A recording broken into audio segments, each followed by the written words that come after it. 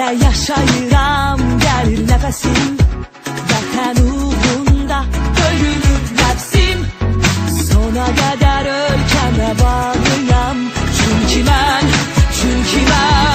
Azərbaycanlıyam.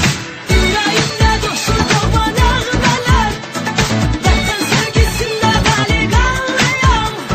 Qəlbimdə əbədi kəlmələr, mən fəxr edirəm ki Azərbaycanlıyam. Ürəyimdə coşur doğan nəğmələr, vətən sevgisində dəli qanlıyam. Qəlbimdə əbədi kəlmələr, mən fəxr edirəm ki Azərbaycanlıyam. Download from esas. Mən fəxr edirəm ki Azərbaycanlıyam.